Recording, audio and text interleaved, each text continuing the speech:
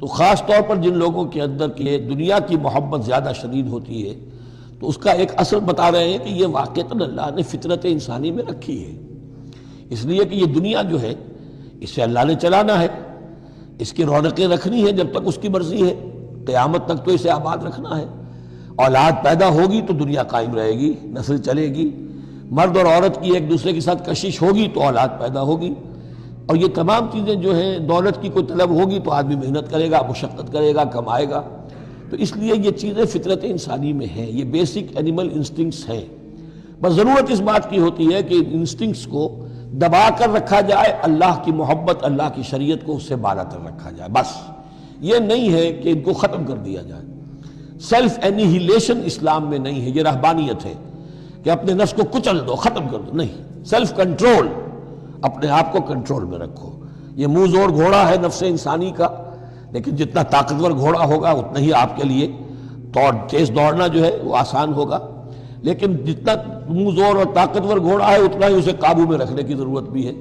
ورنہ اگر اس کے رحم و کرم پر سوار آ گیا تو جہاں چاہے گا پٹخنی دے دے گا۔ تو اس اعتبار سے سیلف کنٹرول ہو، گھوڑا پورا قابو میں ہو۔ البتہ یہ ہے کہ سیلف کو، اپنے نفس کو، اس کو کچل ڈالنا، سیلف اینیہیلیشن، یہ اسلام میں نہیں۔ زین للناس حب الشہوات من النساء، مزین کر دی گئی ہے لوگوں کے لیے ایک تو محبت جو ہے شہوت کی محبت خواتین کے بارے میں۔ اب دیکھیے یہاں بھی قرآن مجید گویا کہ ایک طرح سے تائید کر رہا ہے فرائڈ کی۔ اس کے نزدیک سب سے پورٹنٹ فیکٹر جو ہے، سب سے پورٹنٹ جو موٹیو ہے انسان کا، وہ سیکس ہے، اور یہاں بھی اللہ تعالیٰ نے سب سے پہلے اسی کا ذکر کیا ہے۔ اگرچہ میرے نزدیک ضروری نہیں ہے، اس لیے کہ دوسری جگہوں پر پیٹ جو ہے معاشی ضرورت یہ اس سے بھی سخت ہو جاتی ہے، لیکن یہ کہ واقعتاً یہ حضور نے بھی فرمایا ہے صلی اللہ علیہ وسلم، ما ترکت بعدی فتنة اضر علی الرجال من النساء، میرے بعد اب مردوں کے لیے عورتوں کے فتنے سے بڑا فتنہ اور کوئی نہیں ہے۔ ان کی محبت جو ہے وہ انسان کو کہاں سے کہاں لے جاتی ہے۔ بلعام بن باورہ یہود کے اندر ایک بہت بڑا عالم اور فاضل شخص تھا، ایک عورت کے چکر میں آ کر اور وہ شیطان کا پیرو بن گیا۔ وہ قصہ آئے گا سورہ اعراف کے اندر۔ تو واقعہ یہ ہے، لیکن ایک فطرت کے اندر ہے تو صحیح، محبت تو ہے۔ زین للناس حب الشہوات من النساء والبنین، اور بیٹے، انسان کو بہت پسند ہے بیٹے ہوں، اس کا نام چلتا رہے، بڑھاپے کا سہارا بنے، والقناطیر المقنطرۃ من الذهب والفضہ، اور یہ کہ خزانے ہوں جمع کیے ہوئے سونے کے اور چاندی کے، والخیل المسومۃ، اور گھوڑے ہوں بڑے نسل والے گھوڑے جو ہیں جن پر کے نشان لگے ہوئے ہوتے ہیں، پیڈگری ہوتی ہے ان کی، والانعام، اور مویشی ہوں، مال جو ہے پنجاب میں اور سرائکی کے علاقے میں مال کہتے ہی جانوروں کو ہیں، ان حیوانات کو ہیں مال مویشی، والانعام والحرث، اور کھیتی۔ ذالک متاع الحیات الدنیا، بس جو نقطۂ اعتدال ہے وہ یہ ہے کہ جان لو یہ ساری چیزیں اس دنیا کی زندگی کا ساز و سامان ہے، اس زندگی کے لیے ضروریات کی حد تک ان سے فائدہ اٹھانا، اس میں کوئی بری بات نہیں، لیکن واللہ عندہ حسن المآب، لیکن اللہ کے پاس ہے اچھا لوٹنا۔ وہ جو ہے جو اللہ کے پاس ہے اس کے مقابلے میں یہ کچھ بھی نہیں۔ اگر یہ ایمان بالآخرہ ہے تو پھر تو انسان ان تمام چیزوں کو، اپنے تمام جذبات و میلانات کو ایک حد کے اندر رکھے گا، اس سے آگے نہیں آنے دے گا۔ لیکن اگر ان میں سے کوئی ایک شے بھی اتنی زوردار ہو گئی اس کی محبت کہ آپ کے دل کے اوپر اس کا قبضہ ہو گیا تو بس آپ گئے، اب وہی ند ہے،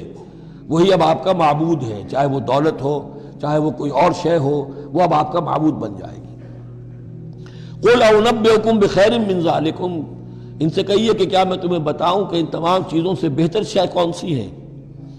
لِلَّذِينَ اتَّقَوْا عِندَ رَبِّهِمْ جَنَّاتٌ تَجْرِي مِن تَحْتِهَا الْأَنْهَارُ خَالِدِينَ فِيهَا، وہ لوگ کہ جو اپنے رب کا تقوی اختیار کرتے رہے۔ تقوی یہی ہے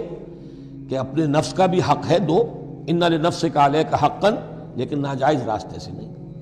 تمہارے پیٹ کا بھی حق ہے، اس کا ادا کرو، لیکن عقل حلال سے۔ تمہاری اولاد کا تم پر حق ہے، ان لنفسک علیک حقا وان لزوجک علیک حقا وان لزورک علیک حقا، تمہارے ملاقاتی آتے ہیں ان کا بھی تم پر حق ہے، وہ حقوق ادا کرو، لیکن اللہ سے اوپر کسی حق کو فائق نہ کر دینا، بس یہ ہے اصل بات۔ اگر تو یہ اگر حفظ مراتب نہ کنی زندگی، اگر یہ حفظ مراتب نہیں ہوگا تو گویا کہ اب آپ گئے، دین اور دنیا سب گئی۔ تو للذین اتقوا عند ربہم جنات، ان کے لیے ایسے باغات ہیں تجری من تحتہا الانہار، جن کے دامن میں ندیاں بہتی ہوں گی، خالدین فیہا، اس میں وہ ہمیشہ رہیں گے، وازواج مطہرۃ، اور بڑی ہی پاک عورتیں ہوں گی، ورضوان من اللہ، اور اللہ کی رضوان ہوگی، اللہ کی رضا ہوگی جو سب سے بڑی شے ہے، واللہ بصیر بالعباد، اور یقیناً اللہ تعالیٰ اپنے بندوں کو دیکھ رہا ہے۔ الذین، وہ کون سے بندے ہیں اس کے خاص؟ الذین یقولون ربنا اننا آمنا، جو یہ کہتے رہتے ہیں پروردگار ہم ایمان لے آئے، فاغفر لنا، بس ہمیں بخش دے، ذنوبنا، ہمارے گناہ، وقنا عذاب النار، اور ہمیں آگ کے عذاب سے بچائیو۔ اب ان کی بدہ میں الفاظ استعمال ہو رہے ہیں، یہ کون لوگ ہیں جو یہ دعا کرتے ہیں، ان کے یہ اوصاف ہیں، اور اس میں گویا کہ تلقین ہے، اگر اللہ سے یہ دعا کرنا چاہتے ہو کہ اللہ تمہیں تمہارے گناہ بخش دے اور تمہیں جہنم کے عذاب سے بچائے، تو یہ اوصاف اپنے اندر پیدا کرو، الصابرین والصادقین والقانتین والمنفقین والمستغفرین بالاسحار، صبر کرنے والے اور راست باز، راست بازی میں راست گوئی بھی ہے، راست کردار بھی ہے، عمل بھی آپ کا صحیح صحت پر ہو، درستی پر ہو، اور قول بھی صحیح اور درست ہو، والقانتین، فرما بردار، والمنفقین، اللہ کی راہ میں خرچ کرنے والے، والمستغفرین بالاسحار، اور جو جس کو آپ کہتے ہیں small hours of the morning, وہ جو سحر کا وقت ہے، سحری کا وقت ہے، اس میں استغفار کرنے والے۔ ایک تو نمازیں ہیں جو 5 نمازیں ہیں، لیکن خاص وہ وقت جو ہے اس میں جب کہ فرمایا گیا ہے کہ رات کے آخری حصے میں اللہ تعالیٰ نزول فرماتا ہے سمائے دنیا تک، اور پھر ایک ندا ہوتی ہے، حل من مستغفر فاغفر لہ، حل من سائل فاعطیہ، ہے کوئی استغفار کرنے والا کہ میں اسے معاف کر دوں،